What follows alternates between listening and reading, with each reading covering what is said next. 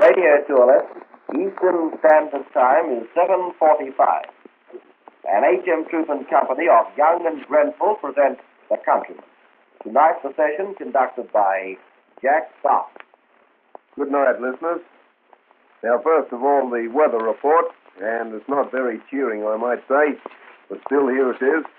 Generally fine with some scattered cloud, milder day temperatures, cool night, with a few frosts on the highlands and patches of moderate to dense fog, chiefly in the eastern areas, light to moderate variable winds, chiefly southeast to northeast. Now, passing on to the Homebush sales today.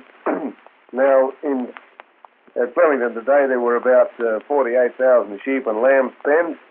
The quality of the yarding was only fair, and the market was irregular, being from sixpence to a shilling cheaper than last sale.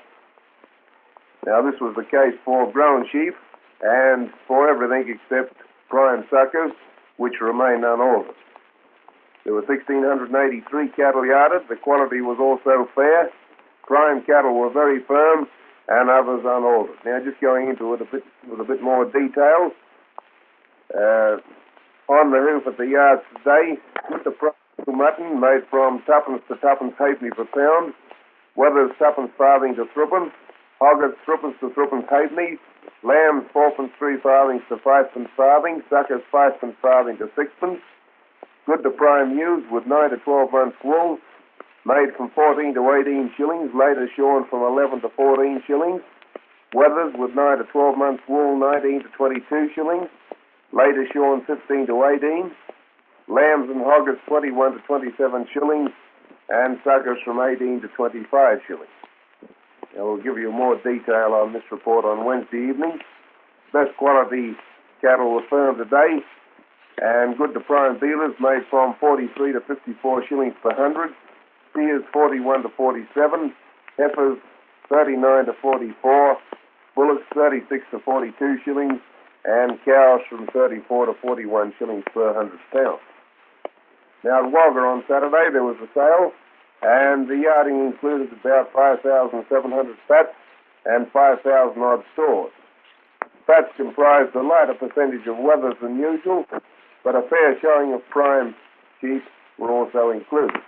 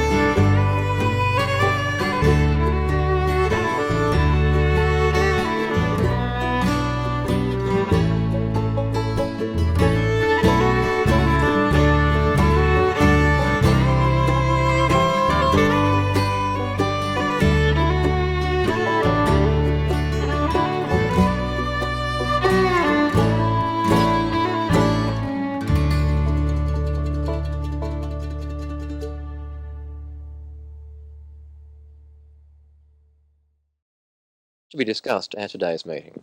Well, there's two things. First of all, the live weight selling, not so much an issue, but it's a topic which is exercising the minds of the people in Wagga. And having had some experience with live weight selling in various parts of Australia, I've been asked to come down and talk about it and give my views as to how I think live weight selling should be conducted. Now, one of the problems with live weight selling is, to my mind, that all the live weight selling centres in Australia at the moment weigh the cattle weigh the cattle after sale, which does not allow either the live weight buyer or the seller to know exactly what he's getting for his cattle per head. And quite often, vendors who come to sale yards arrive with their cattle, unload them, offer them to my way as a sort of sacrificial slaughter, and don't really know, in fact don't know, what they've got for them until the cattle have gone through the ring, have been weighed, and some half an hour afterwards they suddenly discover to their horror that they got far less per head than they really thought they were getting. What of the other topic to be discussed? Well, the other topic to be discussed will be the proposed Australian Meat and Livestock Corporation, which, as you probably know, has aroused a considerable amount of controversy. The organisation I represent, the Graziers Association of New South Wales, has played a fairly low-key role during this controversy.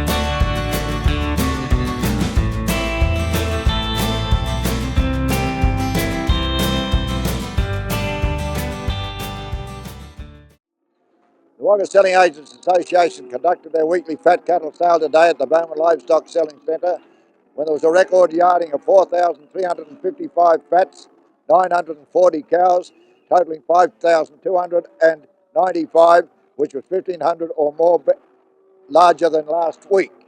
Quality of the yarding was fair to good. Very large attendance of buyers were present. Competition was somewhat restricted, particularly for the plainer cattle, and they were from 4 to 6 cents and up to 10 cents in places cheaper, whilst the bullocks and heavy steers were firm. Heavy bullocks made from 63 to 64 cents, and the heavy steers made from 58 to 66.2 cents a kilo. Trade steers 4 to 450 made from 66.2 to 66.4, and the lot fed steers made from 63.4 to 73.6. Lot fed heifers from 62.8 to 72 cents.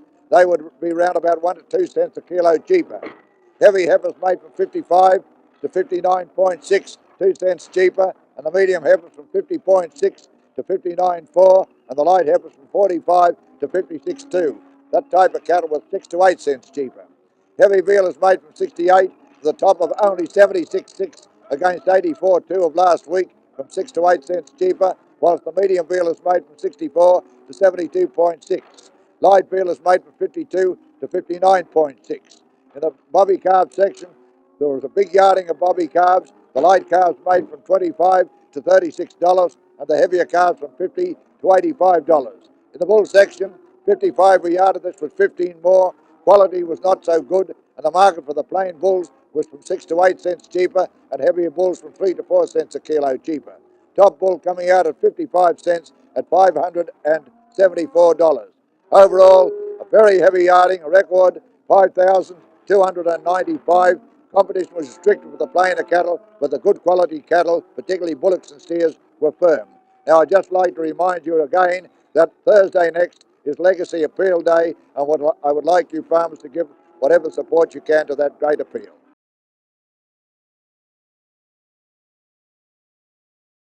It'll be very different, Peter, in that it will have powers over the livestock industry of New South Wales. It'll have the power to licence or de-licence sale yards, abattoirs, killing works, meat halls, and indeed control all the meat movement within the state of New South Wales.